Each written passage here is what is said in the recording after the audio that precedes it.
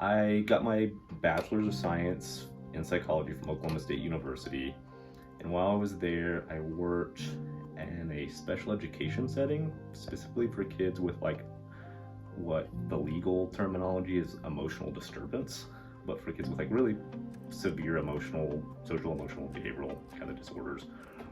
So all, for the most part, all like very high functioning, like no like intellectual learning disabilities for the most part, some learning disabilities, but no like IQ deficits, all really intelligent kids, but all just like really dysregulated to the point where, I mean, we had like even like a safety room with like a padded room to like just in case they were too violent. So used to have to come to work sometimes. I'd get you'd have kids throwing scissors across the room, punching you, cursing you out. So that was kind of my background before I came to grad school. The last meta-analysis I saw on corporal punishment was essentially that it increases externalizing problems, which are like outer-directed conflict. So those are like, our diagnostic categories are more like obstacle defiant disorder, conduct disorder, like behavioral problems. So like acting out behaviors, like externalizing. So it increases that. It also increases internalizing problems, which are those like acting in behaviors, so like anxiety, depression, those things that like are cause inward discomfort. It increases that, as well as it reduces like academic achievement and engagement. So it also causes academic problems, which then lower academic problems also lead to more internalizing and externalizing concerns too. So it's like this vicious cycle where it's like they all kind of influence each other too. And so like this kind of like help start the pattern. They're typically like, one, they get in fights at school. What I've seen is it often, anecdotally it correlates with like them getting in fights with other kids at school, which then makes sense because that's what they're being modeled. And they also like, I can think of a specific kid off the top of my head that had a lot of like internalizing concerns too. So he was really anxious and worried and like really kind of insecure and like was always, and then he emotionally dysregulate a lot. Like he would escalate really high, like he would get really heated and really angry. And not only would it like, he was quick to get angry, like he was quick to reach a 10, but it would take longer for him to like come down too than your like typical kid. And so then because of that, he's often missing like he's missing classes because he's like busy trying to calm down, or he's in trouble for getting in a fight, so he's missing instructional time. Then he's like further behind academically.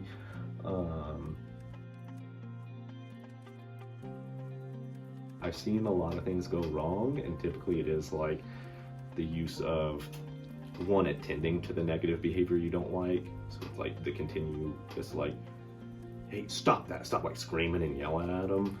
That just like negative attention is still attention. Like it's still, they're gonna do it. So that doesn't work.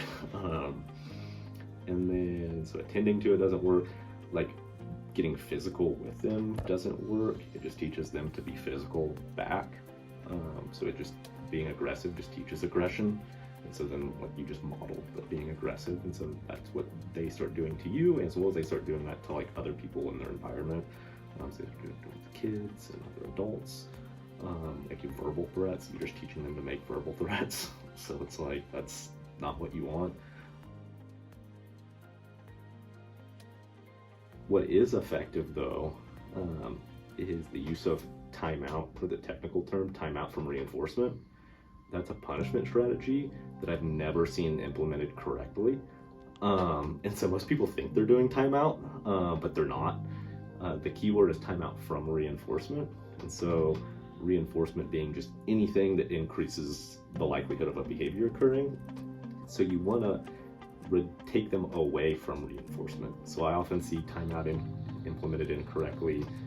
I can think of like a kindergarten classroom I was in one time where the teacher this kid was like, being a hot mess in the class, and they're like, you need to go to timeout. Went and sat in the chair. I was like, okay, so far so good.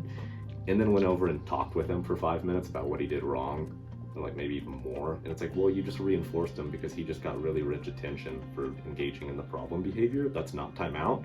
Like that was sitting in a chair and getting reinforcement, not timeout from reinforcement.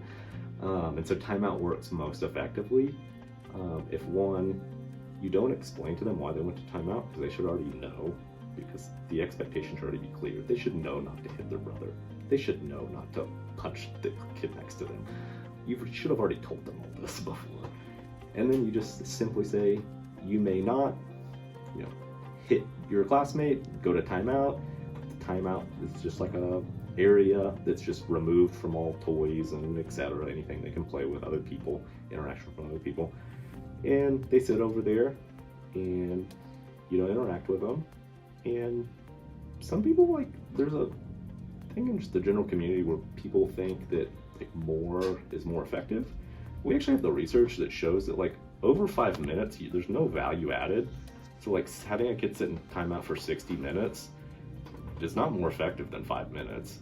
That it's better just to do 5 minutes, and then as soon as 5 minutes ends, you say you're ready to come back. And then if they say yes, then they come back and they just rejoin, and you make time in fun. Time in should be reinforcing. You want them to want to be in time in. If they don't say anything or they defiantly say no, you just restart the timer for 5 more minutes.